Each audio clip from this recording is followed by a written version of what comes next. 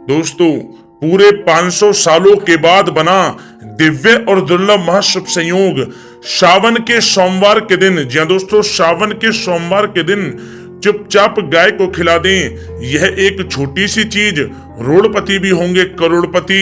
मृत्यु दंड पितृदोष तुरंत होगा खत्म, मिलेंगी सभी संकटों और कष्टों से मुक्ति। भगवान भोलेनाथ के आशीर्वाद से आपके घर में सदैव भरे रहेंगे अन्न धन के भंडार और भगवान भोलेनाथ का सदैव आपके ऊपर रहेगा आशीर्वाद। जी दोस्तों, वीडियो को आगे शुरू करें। सबसे पहले भगवान भोलेनाथ के सच्चे भक्त इस वीडियो को एक लाइक भी करें।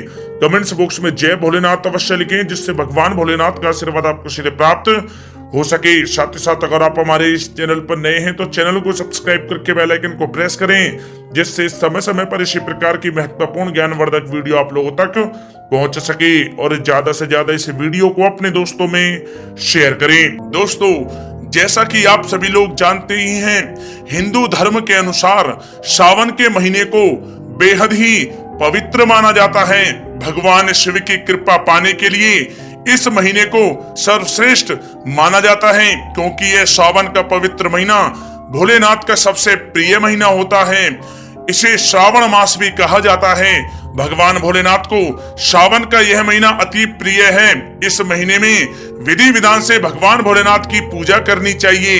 ऐसा करने से भगवान भोलेनाथ सभी दुखों को दूर करते हैं, साथ ही साथ आपकी सभी मनोकामनाएं पूरी भी करते हैं। इस महीने भगवान भोलेनाथ को प्रसन्न करना बहुत ही आसान होता है। माना जाता है कि इस महीने में भगवान भोलेनाथ कैलाश पर्वत छोड़कर धरती पर विचरण करने के लिए आते हैं। देवों के देव महादेव भगवान भोलेनाथ की सावन के महीने में बहुत ही श्रद्धा भाव से, बहुत ही प्रेम पूर्वक विशेष रूप से पूजा अर्चना करनी चाहिए। कहा जाता है कि सावन के इन पवित्र दिनों में शिवलिंग पर बेलव पत्र, धतूरा, चंदन, अक्षत, शमी पत्र आदि अनेक शुभ वस्तुएं चढ़ाने से भगवान भोलेनाथ जल्दी प्रसन्न होते हैं और भक्तों की समस्त मनोकामनाएं पूर्ण करते हैं। साथ ही साथ सावन के इस पवित्र महीने में हमें अपने मन में बिल्कुल भी किसी के प्रति गलत विचार नहीं लाने चाहिए, ईर्ष्या की भावना नहीं लानी चाहिए और ज्यादा से ज्यादा सावन मास के पवित्र दिनों में महामृत्युंजय मंत्र और भगवान भोलेनाथ के मंत्रों का विशेष रूप से जाप करते रहना चाहिए। इन पवित्र दिनों में अपने माता पिता और गुरुओं का सम्मान करना चाहिए। साथ ही साथ इन पवित्र दिनों में आपको मांस, मछली, मदिरा आदि से भी परहेज करना चाहिए। इनका सेवन आपको नहीं करना चाहिए, अन्यथा भगवान भोलेनाथ क्रोधित हो जाते हैं। और साथ ही साथ अगर संभव हो सके तो सावन के इन पवित्र दिनों में अधिक से अधिक अन्न धन का दान करें। भगवान भोलेनाथ बहुत प्रसन्न होते हैं। और साथ ही साथ आपको बता दें कि यदि आप सावन मास के इन पवित्र दिनों में गाय से जुड़े कुछ उपाय कर लेते हैं तो भगवान भोलेनाथ बहुत ही प्रसन्न होते हैं और भक्तों की समस्त मनोकामनाएं पूर्ण करते हैं। चलिए दोस्तों, बात कर लेते हैं गाय से जुड़े कुछ महत्वपूर्ण उपायों के बारे में। दोस्तों, सनातन परंपरा में गाय, गंगा और गायत्री का बहुत ज्यादा धार्मिक महत्व है। मान्यता है कि गौ माता के शरीर पर 33 कोटि देवी देवताओं का वास होता है। गौ माता की सेवा एवं पूजा करने वाले जातक पर इन सभी देवी देवताओं की कृपा बरसती है। गौ सेवा से न सिर्फ इस जन्म के बल्कि पूर्व जन्म के भी दोष दूर हो जाते हैं। प्रत्येक सुबह जब आपके घर में भोजन बनना प्रारंभ हो तो सबसे पहले बनाई गई रोटी को आप गौ माता के नाम से निकाल दें और भोजन करने से पूर्व गौ माता को इस रोटी को खिलाएं। यदि संभव हो तो काली गाय को खिलाएं। यदि काली गाय ना मिले तो सफेद गाय को भी आप खिला सकते हैं। प्रत्येक पूजा और मांगलिक कार्य में गौ माता या उनसे जुड़ी चीजें जैसे गाय का गोबर, गोमूत्र, गाय का दूध अथवा गाय के दूध से बना घी अवश्य शामिल करें। इससे आपको पुण्य फलों की प्राप्ति होगी। सनातन परंपरा के अनुसार जिस घर में गाय होती है उस घर से जुड़े सभी वास्तु दोष स्वतः ही समाप्त हो जाते हैं।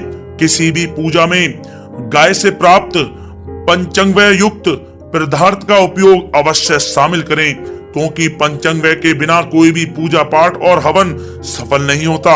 जहाँ दोस्तों, गो कृपा पाने के लिए प्रतिदिन, सप्ताह अथवा महीने में परिवार समेत एक बार गौशाला जाने का नियम जरूर बनाएं और वहां गायों को हरा चारा जरूर खिलाएं। इससे आपको शुभ फलों की प्राप्ति होगी और साथ ही साथ गौ सेवा और गौ पूजा से 9 ग्रह शांत हो जाते हैं और इनसे जुड़े दोषों का निदान हो जाता है। गर्मियों में गौ माताओं को पानी पिलाएं और सर्दी में गौ माताओं को गुड़ अवश्य खिलाएं। ध्यान रखें कि गर्मियों में गाय को गुड़ ना खिलाएं। अनेक देवी देवताओं को अपने शरीर पर धारण करने वाली गौ माता से जुड़े कई शुभ और अशुभ संकेत भी होते हैं। मसलन गाय का दूध दुहाते समय यदि गाय ठोकर मार दे और सारा दूध बिखर जाए तो अपशगुन होता है। यदि कोई यात्रा पर निकल रहा हो और गाय अपने बछड़े को दूध पिलाती सामने आ जाए तो निश्चित रूप से जिस यात्रा के लिए आप निकले हैं वह यात्रा आपके लिए अवश्य ही सफल होगी और वह काम जिसके लिए आप निकले हैं वह अवश्य ही पूर्ण होगा। यात्रा पर जाते समय बाईं ओर गाय की आवाज आना और रात्रि में गाय की हुंकार करना भी शुभ होता है।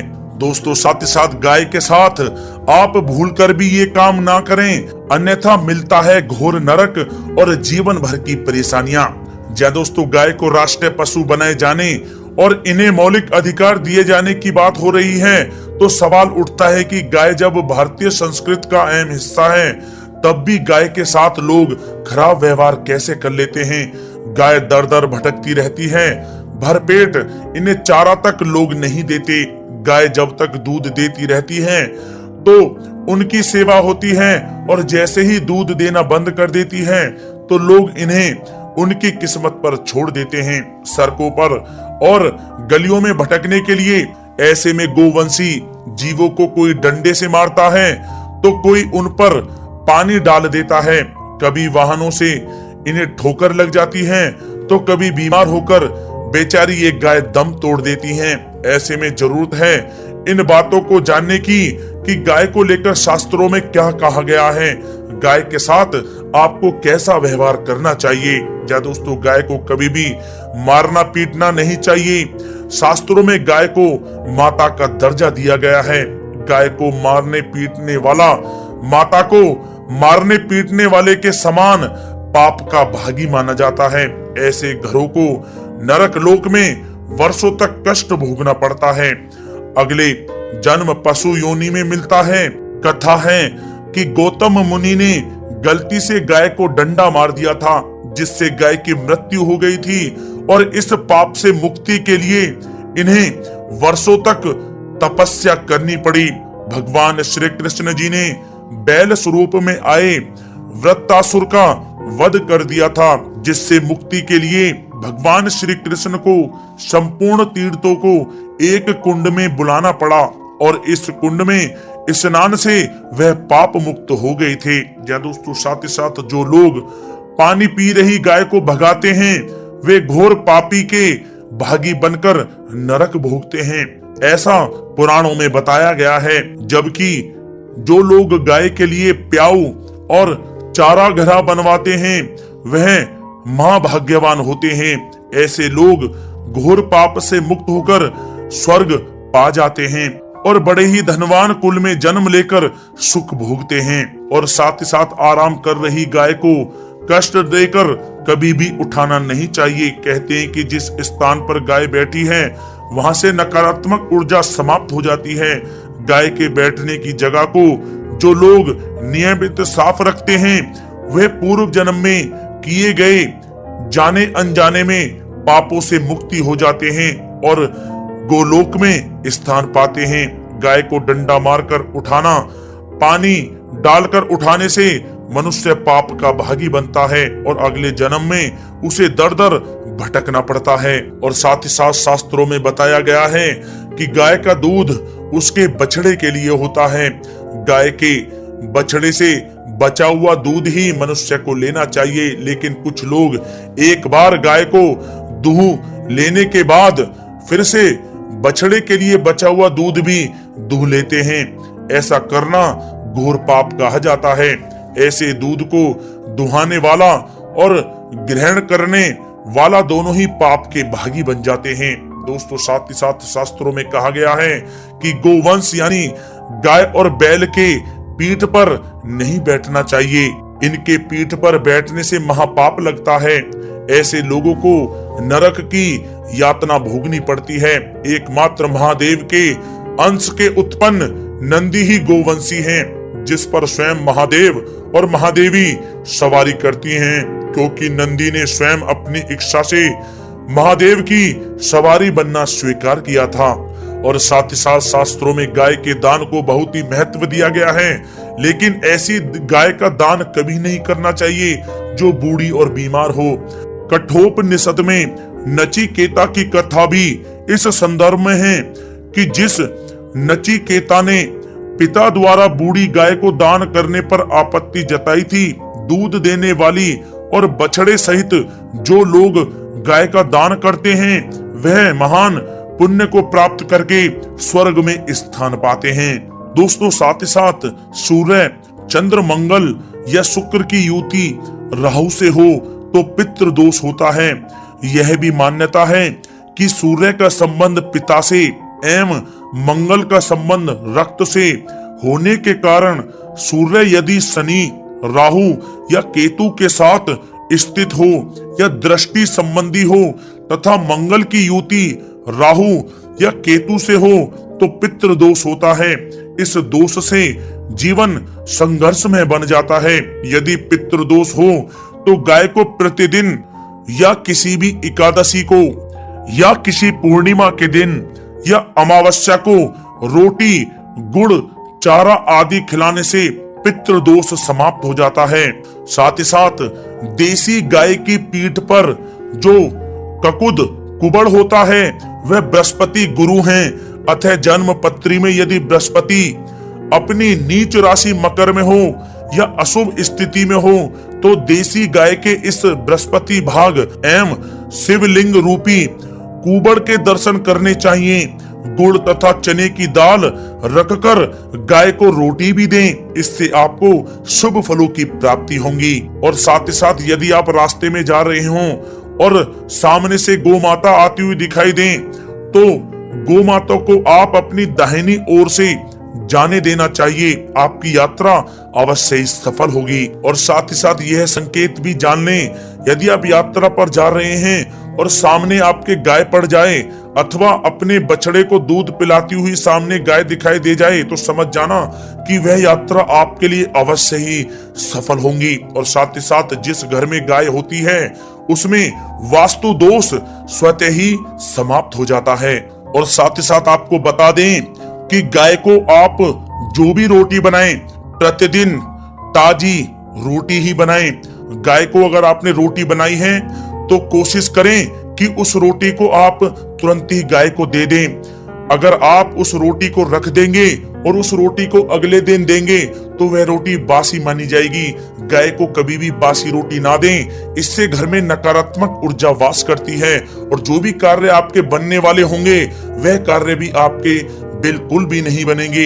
इससे आपके घर में हमेशा दरिद्रता का वास रहेगा और आप जिस भी कार्य को करेंगे उस कार्य में आपको हमेशा असफलता ही हाथ लगेगी। इसलिए कोशिश करें गाय को रोजाना ताजी रोटी बनाकर खिलाएं और रोटी को बिल्कुल ना रखें, बासी रोटी गाय को ना दें। और साथ ही साथ सड़ी गली चीजें गाय को नहीं खिलानी चाहिए कि घर में कोई फल है, कोई सब्जी है, सड़ जाए तो लोग क्या करते हैं गाय को खिला देते हैं। नहीं, ऐसा नहीं करना चाहिए।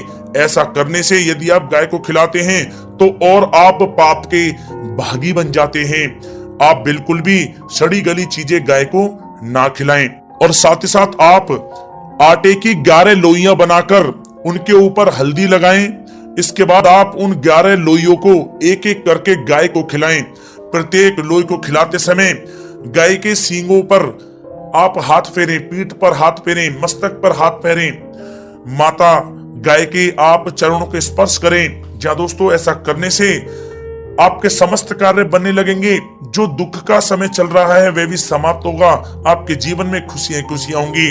और एक बार आप 7 बार गाय की परिक्रमा भी कर लें तो आपके समस्त कार्य पूर्ण होंगे।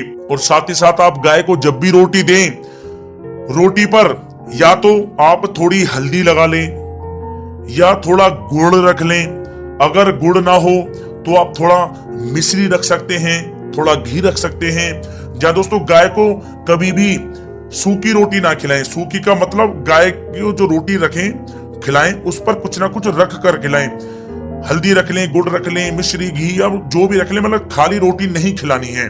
ध्यान इस बात का रखें, जब ही आपको शुभ फलों की प्राप्ति होगी। जी हाँ दोस्तों, ये थे गाय से जुड़े कुछ महत्वपूर्ण उपाय, कुछ बातें जिन्हें आपको ध्यान में जरूर रखना चाहिए।